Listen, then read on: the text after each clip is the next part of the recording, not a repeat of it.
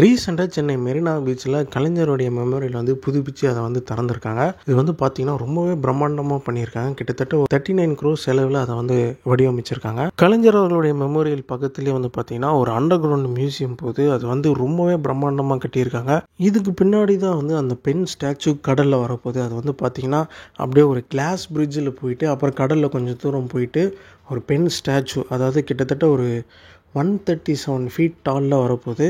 அதுக்கான எல்லா அப்ரூவல்ஸு, environment clearance எல்லாமே கிளியர் ஆகிடுச்சு. அதனால் கன்ஸ்ட்ரக்ஷன் ஒர்க் பார்த்தீங்கன்னா ஃபுல் ஸ்விங்கில் போயிட்டுருக்கு. கூடிய சீக்கிரம் அதுவுமே திறந்துருவாங்கன்னு பார்க்க முடியுது. இங்கே அண்டர் கிரவுண்டில் இருக்கிற அந்த கலைஞர் உலகம் அப்படின்னு சொல்லப்படுற அந்த மியூசியமை பார்க்குறதுக்கு வந்து நீங்கள் வந்து ஆன்லைனில் டிக்கெட் புக் பண்ணிட்டு போகலாம். அதுக்கு வந்து பார்த்தீங்கன்னா eticket.kalanjaruulagam.org அப்படின்ற வெப்சைட்டில் நீங்கள் வந்து ஒரு ஸ்லாட் கொடுப்பாங்க. ஒரு 1.5 மணி நேரம் ஒரு ஸ்லாட்டாக இருக்கும். அதில் வந்து உங்களுக்கு தேவையான டைமில் ஒரு ஸ்லாட் புக் பண்ணிட்டு போகலாம். ஒரு ஸ்லாட்டில் வந்து ஒரு 200 பேர் அட் டைமில் போய் பார்த்துட்டு வரலாம் அப்படின்ற மாதிரி டிசைட் பண்ணியிருக்காங்க. உள்ளே வந்து உண்மையிலேயே ரொம்ப சூப்பரான விஷயங்கள்லாம் இருக்குது. லைக் ஒரு 3D மியூசியம் இருக்குது. அதை வந்து ஓப்பனிங் டே அன்றைக்கி நம்ம சூப்பர் ஸ்டார்லாம் கூட அதை போய் எக்ஸ்பீரியன்ஸ் பண்ணியிருக்காரு.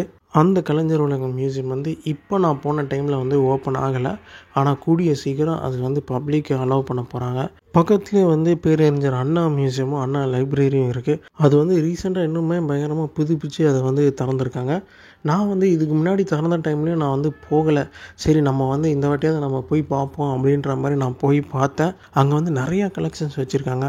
அறிஞர் அண்ணா அவர் வந்து யூஸ் பண்ண நிறைய பொருட்கள் வந்து அங்கே வச்சுருக்காங்க. அவர் எழுதிய புக்ஸ் எல்லாமே வந்து ஒரிஜினல் காப்பி வந்து அங்கே வச்சுருக்காங்க. இதுக்கு முன்னாடி இது மாதிரியான ஒரு அருமையான மியூசியம் நான் போனேன்னா அது வந்து மதுரையில் இருக்கிற காந்தி மியூசியம். அதுக்கப்புறம் இங்கே தான் வந்து ஒரு மியூசியம் உள்ளே போகும்போது ஒரு பிரமிப்பும் இவ்வளோ அருமையான பொருட்கள்லாம் உள்ளே வச்சுருக்காங்களேன்னு நினச்சேன். சென்னை எக்மோரில் இருக்கிற மியூசியமும் கூட ரொம்ப நல்லாயிருக்கும். ஆனால் நான் சொல்கிறது வந்து தலைவர்களுடைய மியூசியம்.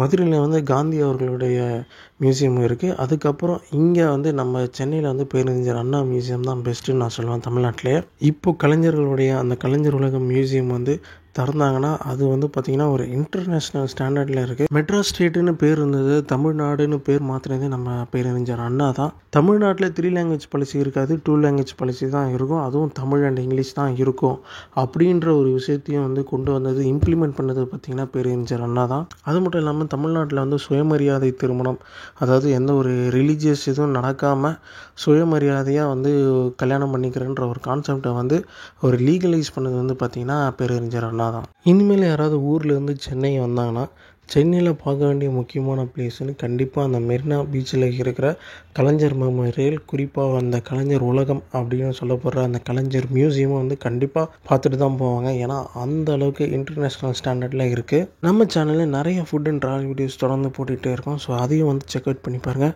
மீண்டும் ஒரு நல்ல வீடியோட உங்களை சந்திக்கிறேன். Until then, it's bye from Murugan Sago. Do subscribe to the channel guys. Bye.